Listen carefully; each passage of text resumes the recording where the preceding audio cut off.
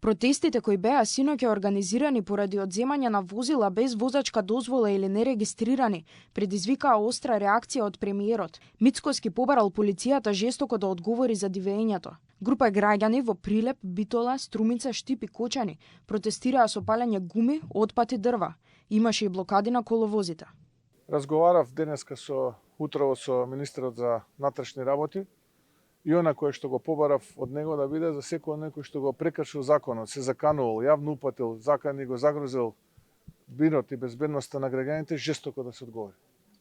И ќе биде одговорено жестоко за да не се повтори тоа дивење од вчера што се повтори.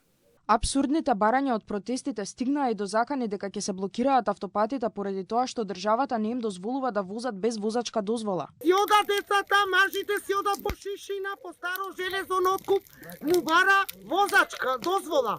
Возењето без возачка дозвола директно го загрозува сообраќајот и треба да биде строго санкционирано, сметаат експертите. Тие се децидни дека придобивките од системот Safe City се огромни, бидејќи значително ќе влијаат на подобрување на сообраќајната култура, а со тоа ќе се намали и бројот на сообраќајни незгоди и жртви. Придобивките од Safe City треба да биде спасување пред се на човечки животи, намалување на жртвите, односно на бројот на жртвите во сообраќајот.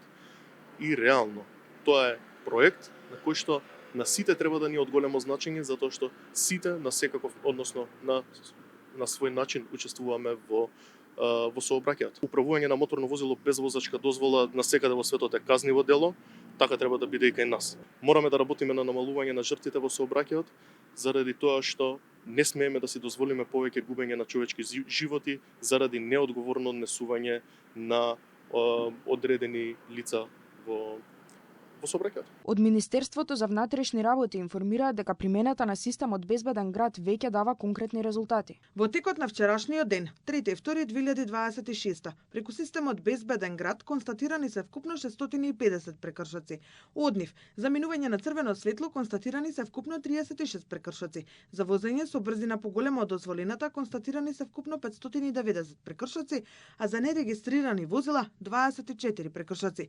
При тоа изречени се вкупно 61 забрани за управување на моторно возило. Според статистиките, бројот на жртви во последните 2 месеци од сообраќајни незгоди споредено со лани истиот период е намалено од 11 на 4, а за 32% е намален бројот на повредени.